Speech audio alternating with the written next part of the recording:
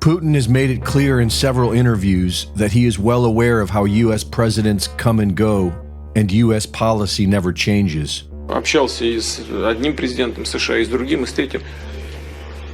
Президенты приходят и уходят, а политика не меняется. Знаете почему? Потому что очень сильна власть бюрократии. Вот человека избрали, он приходит с одними идеями, к нему приходят люди с кейсами, хорошо одетые и в темных, как у меня, костюмах, но только не с красным галстуком, а с черным или с темно-синим. И начинают объяснять, как нужно делать. И все сразу меняется, понимаете? Это происходит от одной администрации к другой. Putin is well aware that it is the CIA who directs U.S. policy, and it is the intelligence agencies of NATO countries who have been covertly instigating war with Russia for decades. In the Tucker Carlson interview at the Kremlin, President Putin seemed to be speaking directly to the CIA, twice playfully hinting that Tucker is a representative of the intelligence organization. With the backing of whom? With the backing of CIA, of course. The organization you wanted to join back in the day, as I understand. We should thank God they didn't let you in. Although, it is a serious organization. I understand. Who blew up Nord Stream? You for sure. I was busy that day. Nate, I did not blow up Nord Stream. Thank you, though. У вас лично, может быть, есть алиби, у вас лично. You personally may have an alibi, but the CIA has no such alibi. And the CIA responded to Putin via their New York Times media outlet in the recent article, The Spy War: How the CIA Secretly Helps Ukraine Fight Putin. The article admits that the CIA, operating through 3 different presidential administrations, has transformed the Ukraine into Washington's most important intelligence partners against the Kremlin.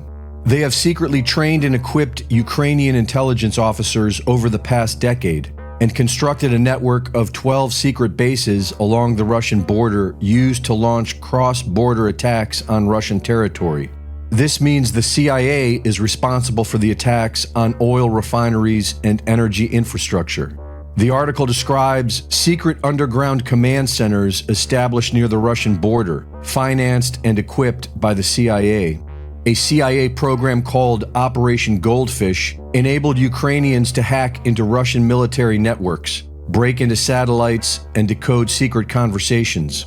2 years after the 2014 Western-backed in Ukraine, the CIA set up training programs for an elite Ukrainian commando force known as Unit 2245. The CIA trained Ukrainian spies who operate inside of Russia, across Europe, and in other places where Russia operates. The article points out that this operation may have been hidden from Trump. While Trump's rhetoric was friendly to Russia, his administration of anti-Russia war hawks such as Mike Pompeo and Jon Bolton, kept Western aggression moving forward, which is what Putin has been pointing out for years. Presidents come and go, and the policy never changes. Putin has made it clear that Russia's actions in Ukraine was in response to decades of hostile U.S. NATO military expansion on Russian borders, and the CIA is now admitting this to be true. Sharing of biased and false news has become all too common on social media. The sharing of biased and false news has become all too common on social media. More alarming, some media outlets publish things are true without checking facts first. This is extremely dangerous to our democracy. This is extremely dangerous to our democracy. Governments have always had a twitchy trigger finger when it comes to wielding the shiny weapon of mass psyops. Beginning in the 1950s, the CIA began to hire and contract students and people in the media to write false stories or embellish stories to favor the U.S. government. Massive amounts of propaganda were funded using fake companies during the 60s to control the awakening student population. CBS News, without any flowers in its hair, is in San Francisco because this city has gained the reputation of being the hippie capital of the world. People think of newspapers as institutions.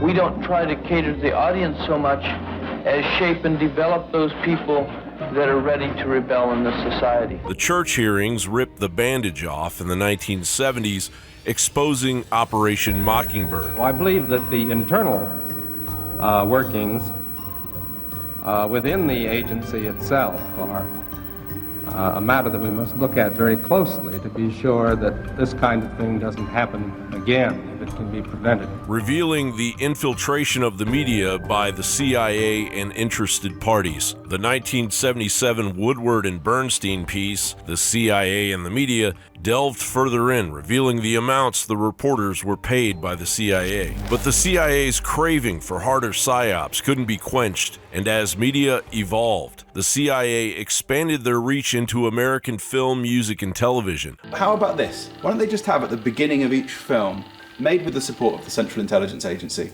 let's see how long the practice lasts then. Because it won't.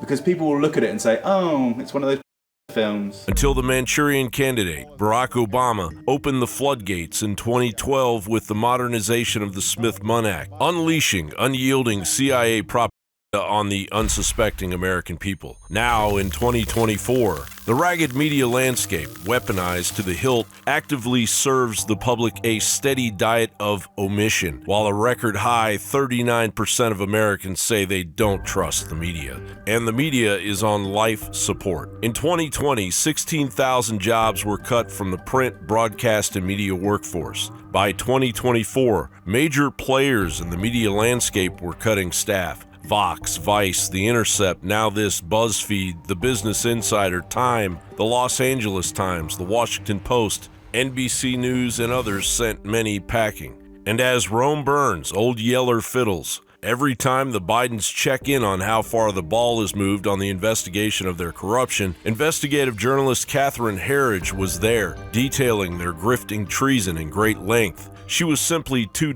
good at her job. One of the people that our viewers trust, one of the people who I trust to unravel what's happening, particularly when it's complex. I just feel a lot of concern that 2024 may be the year of a black swan event. Her firing reveals that America is experiencing historic censorship. According to Jonathan Turley, CBS reportedly seized all of her belongings, including files, computers, and most importantly, information on privileged sources. A former CBS manager said that he had never heard of anything like this. He said the holding of the material was outrageous and clearly endangered confidential sources, according to Jonathan Turley. When the FCC was developed back in the 30s, the core concept was diverse ownership. You wanted a lot of different owners in a lot of different places. There was a vision of that goes back a very, very long way.